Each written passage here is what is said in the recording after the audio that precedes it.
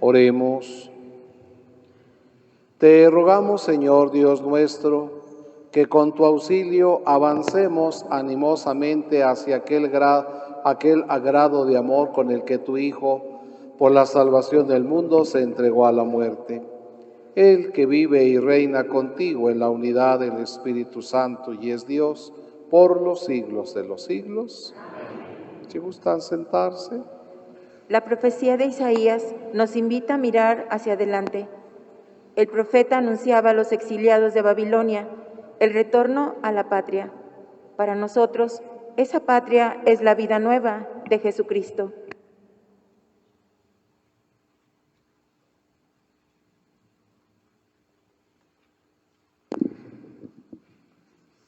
Del libro del profeta Isaías. Esto dice el Señor, que abrió un camino en el mar y un sendero en las aguas impetuosas, el que hizo salir a la batalla a un formidable ejército de carros y caballos, que cayeron y no se levantaron, y se apagaron como una mecha que se extingue. No recuerden lo pasado ni piensen en lo antiguo. Yo voy a realizar algo nuevo, ya está brotando. ¿No lo notan? Voy a abrir caminos en el desierto y haré que corran los ríos en la tierra árida. Me darán gloria las bestias salvajes, los chacales y las avestruces, porque haré correr agua en el desierto y ríos en el yermo, para apagar la sed de mi pueblo escogido. Entonces el pueblo que me he formado proclamará mis alabanzas. Palabra de Dios.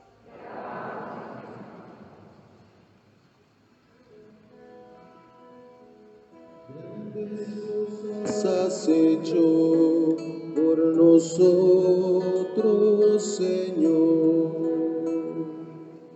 Grandes cosas has hecho por nosotros, Señor. Cuando el Señor nos hizo volver del cautiverio, creíamos soñar. Entonces no cesaba de reír nuestra boca, ni se cansaba entonces la lengua de cantar. Grandes cosas has hecho por nosotros, Señor. Aun los mismos paganos con asombro decían: grandes cosas has hecho por ellos el Señor. Y estábamos alegres, pues ha hecho grandes cosas por su pueblo el Señor. Grandes cosas has hecho por nosotros, Señor. Como cambiaban los ríos la suerte del desierto, cambia también ahora nuestra suerte, Señor. Y entre gritos de júbilo cosecharán aquellos que siembran con dolor. Grandes cosas has hecho por nosotros, Señor. Al ir iban llorando, cargando la semilla. Al regresar, cantando vendrán con sus gavillas. Grandes cosas has hecho por nosotros, Señor. San Pablo nos habla de su profunda unión con Jesucristo, un buen ejemplo para todo cristiano en la inmediatez de la Semana Santa.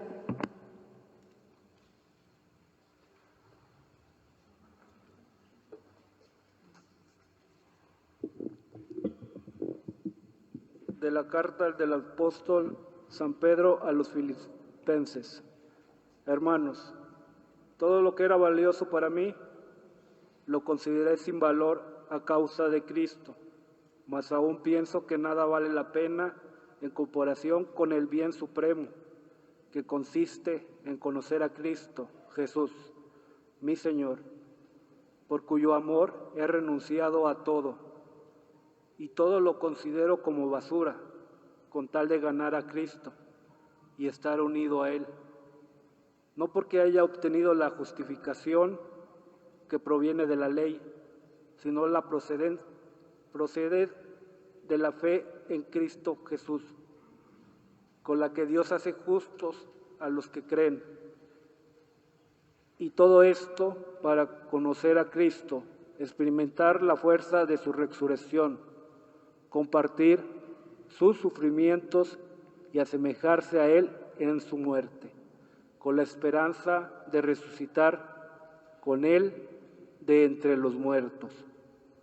No quiero decir que lo haya logrado, ya que es ideal o que sea ya perfecto, pero no me esfuerzo en conquistarlo, porque Cristo Jesús me ha conquistado.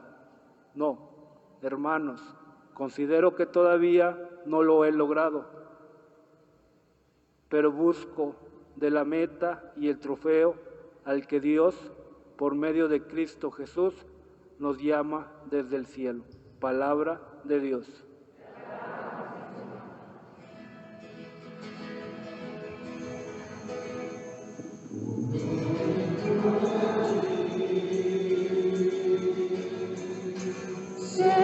Señor Jesús, honor y gloria a ti,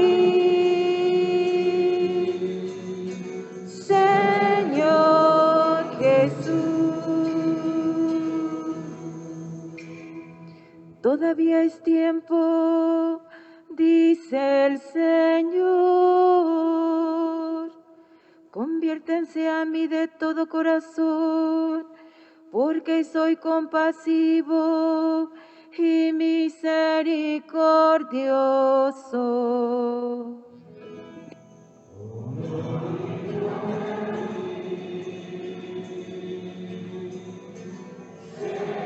Señor Jesús.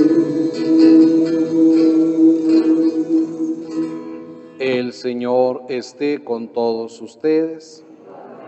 Del Santo Evangelio según San Juan.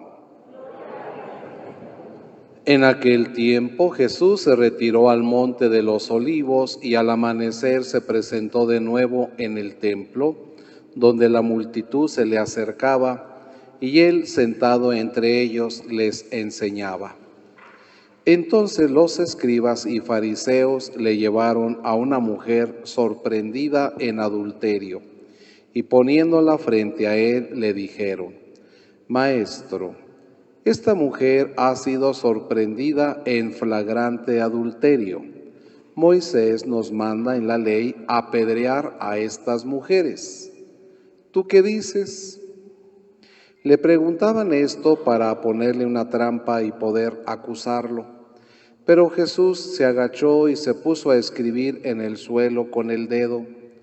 Como insistían en su pregunta, se incorporó y les dijo: Aquel de ustedes que no tenga pecado, que le tire la primera piedra. Se volvió a agachar y siguió escribiendo en el suelo. Al oír aquellas palabras, los acusadores comenzaron a escabullirse uno tras otro, empezando por los más viejos, hasta que dejaron solos a Jesús y a la mujer que estaba de pie junto a él. Entonces Jesús se enderezó y le preguntó: Mujer, ¿dónde están los que te acusaban? ¿Nadie te ha condenado? Ella le contestó: Nadie, Señor. Y Jesús le dijo: Tampoco yo te condeno. Vete y ya no vuelvas a pecar. Palabra del Señor.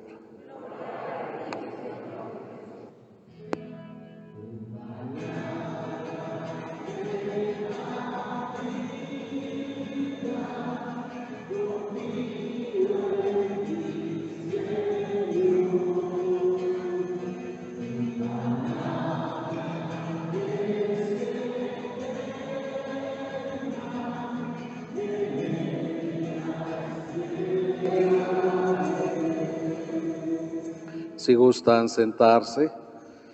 Estamos ya a una semana de iniciar esta semana de este año 2022 que el Señor pues hasta el día de hoy nos ha permitido, ¿verdad?, celebrar. Las lecturas de este domingo de Cuaresma nos hablan de novedad, de dejarnos transformar por el Señor, por medio de la conversión y por lo tanto de que caminemos hacia adelante con esperanza. En la primera lectura del profeta Isaías nos decía el Señor: no recuerden lo de antaño, no piensen en lo antiguo, miren que realizo algo nuevo. Esto es lo que nos dice el Señor, lo que el Señor le dice a su pueblo, para que olviden su pasado pecador y se abran al futuro que el Señor nos está dando. El profeta Isaías nos invita a mirar hacia adelante. Lo pasado, pues como sabemos, ya no volverá. Los errores que hemos cometido en el pasado, pues no se podrán corregir. Los éxitos alcanzados, pues tampoco se podrán repetir. Lo que quedó roto, no se podrá pegar. El pasado fue, pero ya no existe. Nada podemos hacer por cambiarlo. Sucedió así y se acabó.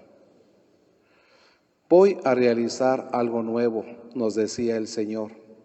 El que se quede mirando al pasado se va a perder eso nuevo que Dios quiere hacer con nosotros.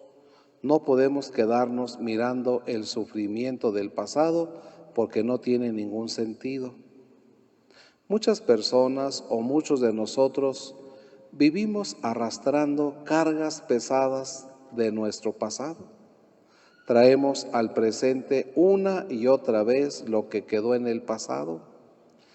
Ya lo han superado, pero aún lo arrastran como una pesada carga a la que creen estar condenados y de la que no pueden liberarse. Incluso, ¿verdad?, mucha gente que viene a confesarse, pues siempre se acusan de todos los pecados de mi vida pasada. Recordemos que lo que ya confesé, eso ya queda perdonado. Ya no tiene uno que volver a confesarse o decir, es que siento que Dios no me ha perdonado. No, Dios sí nos ha perdonado. Por eso, ¿verdad?, es como si no hubiera quedado ya perdonados, como si Dios después de haberlos perdonado, aún tuviera en cuenta esos pecados, como si Dios se resistiera a olvidar lo que ya ha perdonado. Si vivimos así, ¿verdad?, viviendo en el pasado, pues no estaremos entendiendo a este Dios que quiere olvidar nuestro pasado y comenzar algo nuevo con nosotros.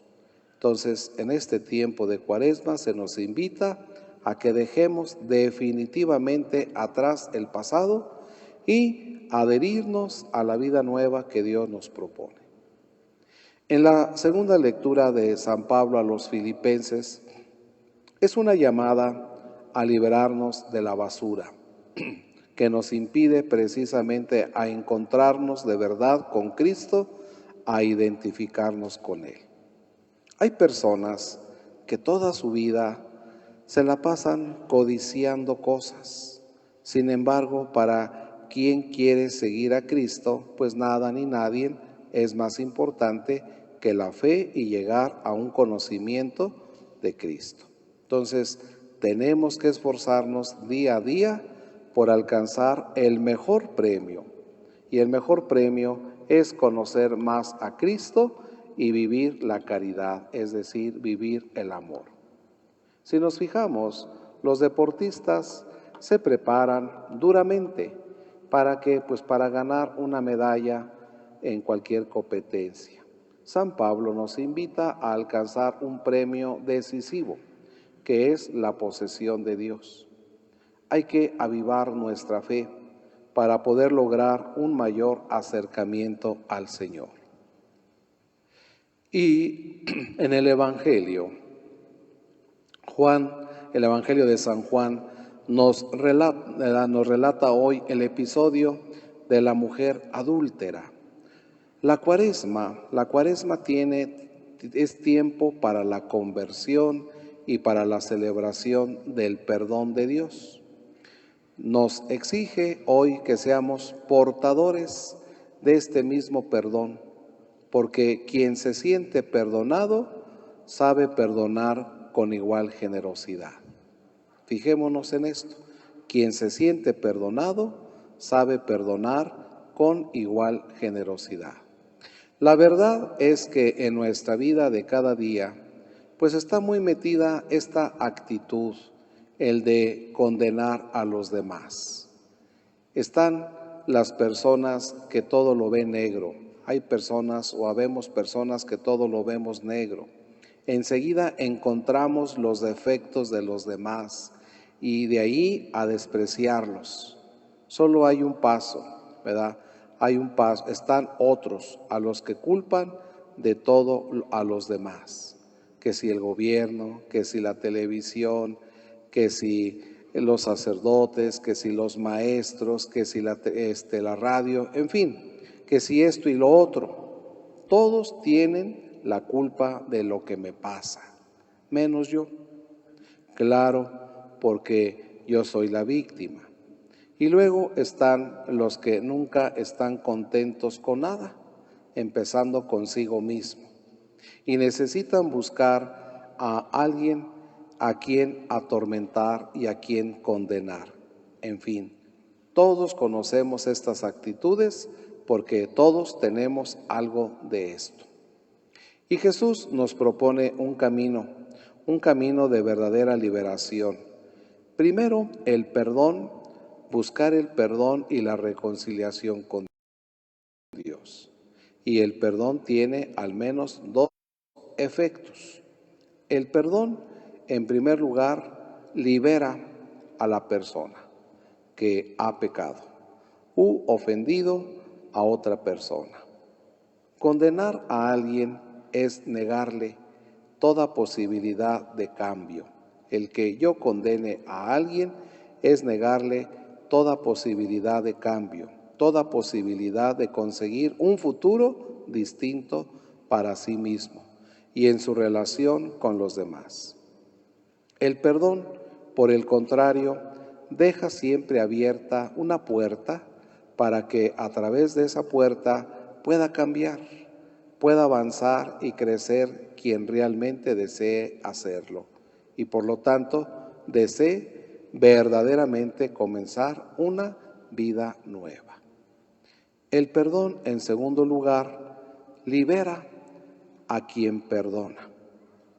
Cuando perdonamos, estamos renunciando a participar en ese juego de la oposición, el enfrentamiento o el conflicto, cada vez mayor, que hace mal a todos y bien a nadie. El que perdona se libera de esa bola de nieve cada vez más grande, más poderosa y más peligrosa, de los resentimientos, de la tristeza, del corazón, del sufrimiento, de su existencia. Entonces, diríamos, el perdón es doblemente liberador. Jesús en todo aparece como un hombre profundamente libre y que en consecuencia practica generosamente el perdón, como solo Dios sabe hacerlo. Nosotros cristianos también en esto estamos llamados a la imitación o al seguimiento de Jesús, y en ello nos va una buena parte de nuestra libertad. Entonces, tenemos que acostumbrarnos a practicar la misericordia. Tenemos que esforzarnos en impedir que esos sentimientos de condena y de desprecio por los demás que surgen desde nuestro corazón, pues a veces sin quererlo, se conviertan en gestos de auténtica condena y desprecio. Tenemos que cultivar esa misericordia que nos hace comprender las circunstancias del otro. Salvar siempre a la persona. Solidarizarnos con el pecador, no con el pecado, para así parecernos cada día más a Jesús, para así ser cada día más humano, más hombre, más mujer y libres de todo prejuicio y maldad. Así que, pues que la Eucaristía nos ayude a sentirnos perdonados y a saber perdonar, como lo diremos dentro de unos momentos en el Padre Nuestro. Así que, pues a disponernos y como decíamos al inicio de nuestra reflexión, estas lecturas nos hablan de novedad, de que nos dejemos transformar por el Señor, por medio de la conversión y por lo tanto de caminar hacia adelante con esperanza. Hagamos nuestra profesión de fe, nos ponemos de pie ahí en nuestra